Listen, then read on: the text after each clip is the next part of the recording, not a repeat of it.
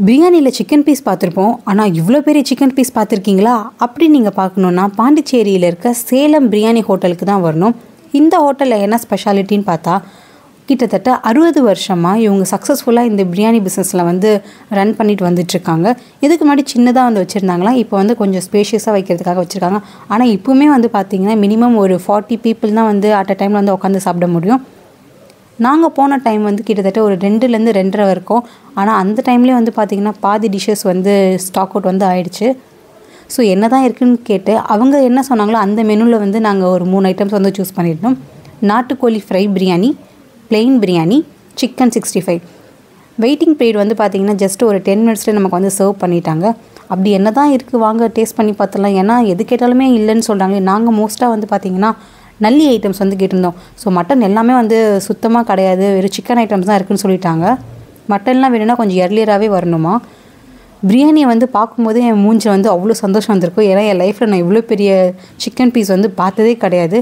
இதோட டேஸ்ட்டும் சொல்லப்போனால் செம்மையாக இருந்துச்சுன்னே சொல்லலாம். இதுக்கு முன்னாடி இவ்வளோ டேஸ்ட்டாக ஒரு சிக்கன் பீஸ் சாப்பிட்டதில்லை. ரொம்ப ரஃப்பாலாம் கிடையாது, குழந்தைங்க கூட சாப்பிட்ற அளவுக்கு தான் இருந்துச்சு. நல்லா செம்ம டேஸ்ட்டாக இருந்ததுன்னு சொல்லலாம். குறிப்பாக இந்த பீஸை நம்ம பிச்சு பிரியாணியில் வச்சு சாப்பிடும்போது அடடா வாய் ஊறுது இப்போவே நினைக்கும் போது. ஏன்னா செம்மையாக இருக்கும். நீங்களும் பிரியாணி லவராக இருந்தீங்கன்னா பாண்டிச்சேரி போனீங்கன்னா கண்டிப்பாக இந்த சேலம் பிரியாணி ஹோட்டல் ட்ரை பண்ணி பாருங்கள். செம்ம டேஸ்ட்டாக இருக்கும். எல்லா ஐட்டமுமே நாங்கள் சாப்பிட்டது குறை சொல்ல முடியாது. பிரியாணி டேஸ்ட் ரொம்பவே டிஃப்ரெண்ட்டாக இருந்தது யூஸ்வலாக சாப்பிட்றத விட. இந்த ஹோட்டலில் வெறும் பிரியாணி மட்டும்தான் அவைலபிள். அதில் இன்னொரு ஸ்பெஷாலிட்டி என்னென்னு பார்த்தீங்கன்னா, நம்ம பிரியாணி சாப்பிட்டு முடிச்சுட்டு நிறைய பேர் ரச சாதம் சாப்பிட்டா நல்லாயிருக்கும் எங்கள்கிட்ட சொன்னதுனாலேயே பிரியாணிக்கு அப்புறமா உங்களுக்கு வேணும்னா கொஞ்சமாக ரச சாப்பாடும் வாங்கிக்கலாம். அதுக்கு எந்த எக்ஸ்ட்ரா சார்ஜஸும் கிடையாது. அதே மாதிரி நீங்கள் கூட்டு பொரியல் இந்த மாதிரி டிஃப்ரெண்ட்டாக நீங்கள் சாப்பிடணும்னு நினச்சிங்கன்னா இந்த ஹோட்டலில் அவைலபிள் கிடையாது. ஏன்னா உங்களுக்கு பேர்லேயே தெரிஞ்சிருக்கும், சேலம் பிரியாணி ஹோட்டல் தான்.